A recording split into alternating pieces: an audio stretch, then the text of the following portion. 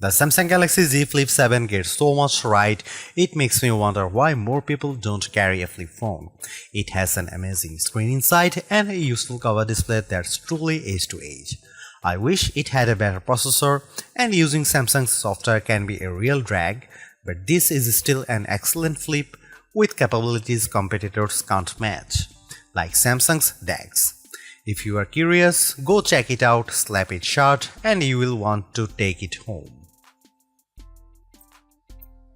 The Samsung Galaxy Z Flip 7 is a great flip phone that gives you the best Samsung's mobile might in a package that's innovative and polished.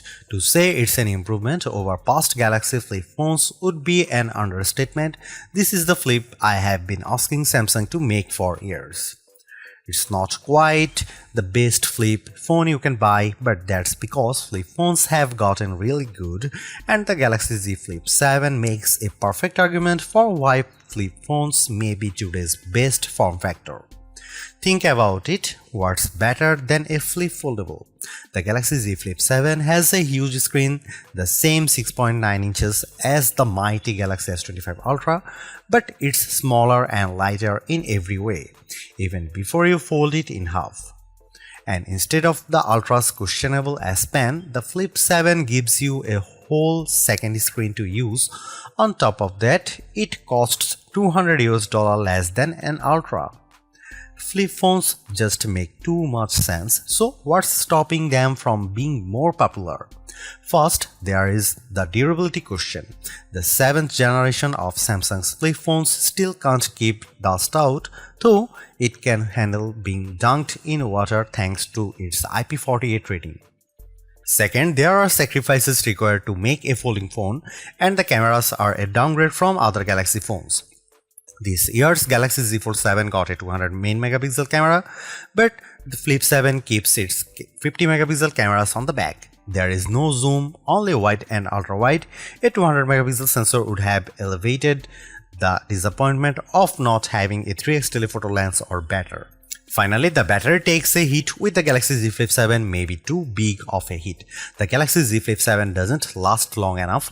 I think this is more of a Samsung problem than a flip phone problem, because the Moto Razr Ultra offers great battery life, though it is marginally thicker and heavier than the Galaxy Z Flip 7. It's impossible to avoid comparing the Flip 7 to the Motorola Razr Ultra, which is the biggest competitor. Samsung should be thrashing the Razr, but Motorola has been consistently eating Samsung's lunch in the flip phone cafe. With the Flip 7, Samsung finally catches up to the Motorola on the cover display. Its cover display doesn't just fill the front of the phone, it features the thinnest bezels Samsung has ever used on a Galaxy phone screen. The Flip 7 can also, albeit with some difficulty, use every app on the cover display. You can navigate with all Trails maps, watch some TikTok, and play Vampire Survivors without opening the phone. Still, as Samsung takes a big leap forward, Motorola continues its slow and steady pace as the flip phone frontrunner. Today's Razr Ultra is faster than the Galaxy Z Flip 7 in every way. The processor is faster, games run faster, the screen refreshes faster, the battery even charges faster. Does all of the speed matter? Yes, but some folks will appreciate Samsung's deep features set and customization options more than a bit of extra speed. Samsung's One UI 8 is a powerhouse, especially if you mix business and pleasure on your smartphone. The Flip 7 also ships with Android 16, and this is the first time Samsung Foldable buyers haven't had to wait for an upgrade to the latest version of Android. Samsung promises 7 years of major Android updates and security patches, more than any competitor except Google. It has a good track record of delivering on such promises, while many Motorola fans are still waiting for promised updates for past Razr phones. It is time to consider a flip phone? Absolutely, as you have probably noticed, I am a fan of flip foldables, and the Flip 7, with its versatile cover display, rock-solid design, and hefty set of features, offers more value than the sum of its parts. In fact, I think most people would appreciate the Flip 7 with its unique benefits more than other phones that don't make the small sacrifices. Ask yourself, does your phone need the tiny zoom camera? Wouldn't you rather have a phone you can slap shut and slip in your front pocket? And I use the cover display on my Galaxy Z Flip 7 far more than I use the S Pen on my Galaxy S25 Ultra. I am rooting for flip phones, and the Galaxy Z Flip 7 is an exceptional flip for serious smartphone users. The Galaxy Z Flip 7 starts at $1,099 US, which is the same price as last year's Z Flip 6. The price seems reasonable to me considering that you are getting two displays for the price of one, plus glass that bends in half like a dang magic trick. Galaxy Z Flip phones used to seem pricey, but the rest of the phone world has slowly crept up to meet Samsung. And now $1,099 US actually seems fair, especially if you are getting this phone from your carrier with a steep discount. The Galaxy Z Flip 7 costs more than an iPhone 16 Pro and less than an iPhone 16 Pro Max. It costs the same as a Google Pixel 9 Pro XL or Samsung's new and thin Galaxy S25 Edge.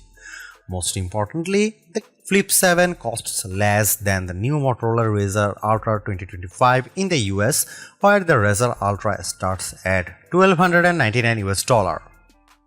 At launch, the Galaxy Z Flip 7 only comes in 4 colors, while last year's Flip 6 was available in 7 hues. Mint and color red are exciting. Jet black and blue shadow are more staid. I wish Samsung would try something unique with its materials and finish, but it likes to dress the entire product family in the same sweater for holidays portraits, so all the Galaxy phones look alike finish-wise. When Samsung admitted that the Galaxy Z Flip 7 would use its own Exynos 2500 processor instead of the Snapdragon 8 Elite for Galaxy found in every other flagship Galaxy phone this year, it was like a record scratch moment from a comedy show. Rumors suggest this would have been the CPU inside every Galaxy S25 phone, but Samsung changed its plan late in the game on those phones. Instead, this new Samsung chip debuted in the Galaxy Z Flip 7. The display is bigger this year, up to 6.9 inches for the internal display from 6.7 inches last year, and the phone is 4mm wider to accommodate this. Otherwise, the specs are mostly unchanged from the Flip 6, 12GB of RAM, a 50MP wide camera, and a 12MP ultra wide, Wi-Fi 7, Gorilla Glass Victus 2 on the back cover. The battery is larger this year, but maybe not as big as it needs to be. After years of me complaining that the Galaxy Z Flip wasn't using enough of its cover space for the front screen, Samsung finally listened. The 4.1-inch screen on the front of the Galaxy Z Flip 7 takes up every possible inch. Samsung says it has the thinnest bezel ever on a Galaxy phone. The Flip 7's cover screen looks like the future of phone displays, and I am excited for the internal screen to catch up with a bezel this slim. Otherwise, the phone is a standard 2025 Galaxy model. It has flat sides with the power and volume buttons on the right.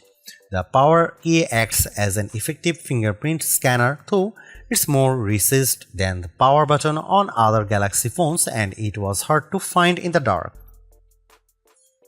I could rave about the new cover display again, but I will start with the impressive inner screen because the Galaxy Z Flip 7 has been very satisfying to use thanks to this exceptionally bright and clear AMOLED. It was always a joy to open even in bright outdoor light. Don't worry about the crease on the inner screen, it's completely invisible when you are using the phone, and it never bothered my fingers when I was swiping across the screen. After all these years, it still feels like a magic trick to fold a piece of glass in half, and it still shocks friends who haven't seen a flip foldable in person before. The Galaxy Z Flip 7's cover display is, as I have mentioned, also spectacular.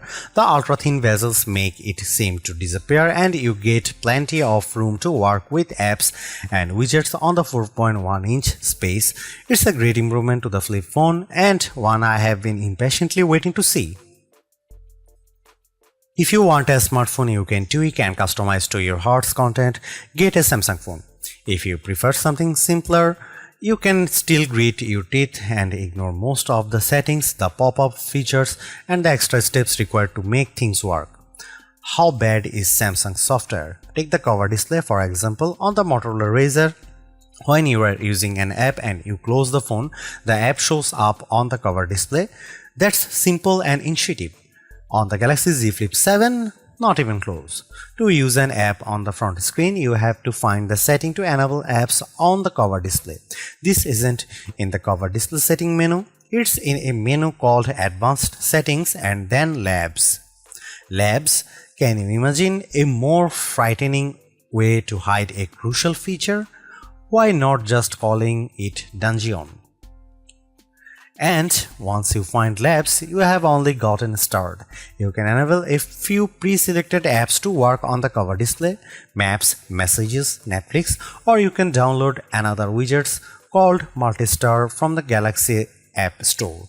Multistar creates a home screen that lives on your cover display, and on that screen you can add any app on your phone.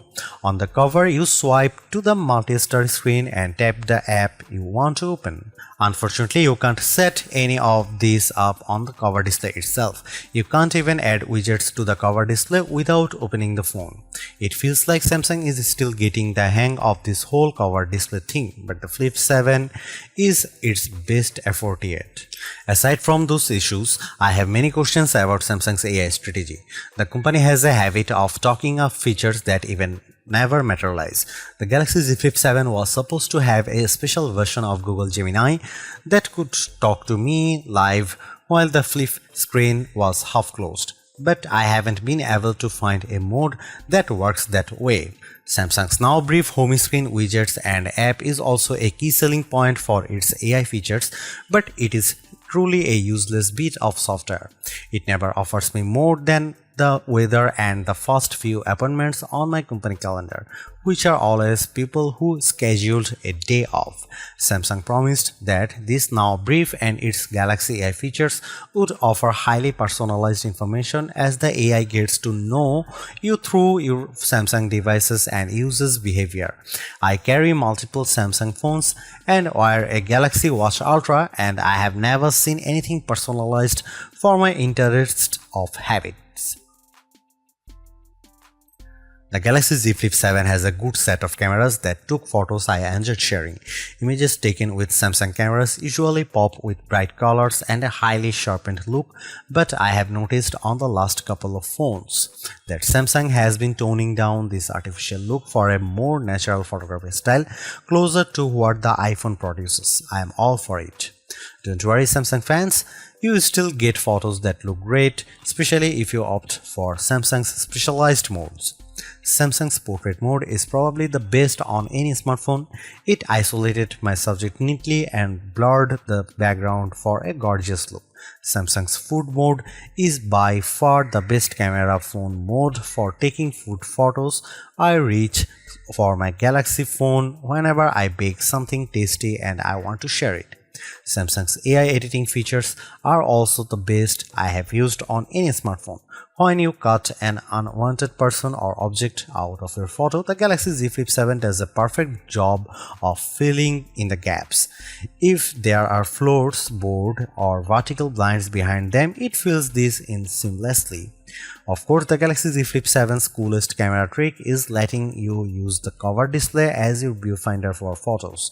You can take selfies at the full 50 megapixel resolution when you point the main camera at yourself and use the cover display. You can also set the phone in an interesting position, way down low or hanging from up high, and then take shots with voice commands or by signaling the camera with a wave. My only complaint is that lack of a real zoom lens. I have a kid who plays sport and the digital zoom isn't good enough to capture him on the field. If you take photos from far away often, you will miss the lack of real zoom. Maybe Samsung should try a zoom camera instead of an ultra-wide on the Flip 8. Here are some camera samples of the Samsung Galaxy Z Flip 7.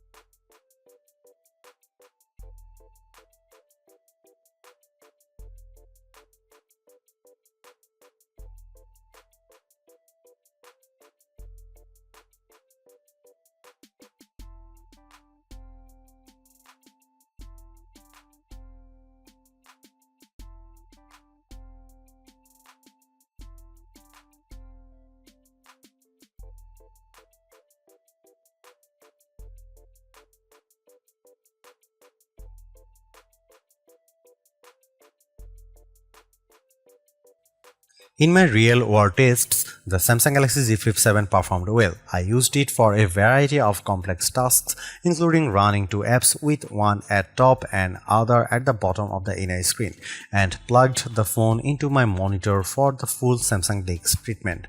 I like Samsung DeX because I have all of my work accounts for email, Slack and Google Drive on my phone, so when I use my phone I don't need to log in again as I do when I use my laptop. I just plug my phone into my USB-C laptop dock and get a little bit of work done, then unplug and go. Samsung Z Flip 7 was great at this, and I'm happy to see DeX on the Flip 7 after missing it on last year's Flip 6.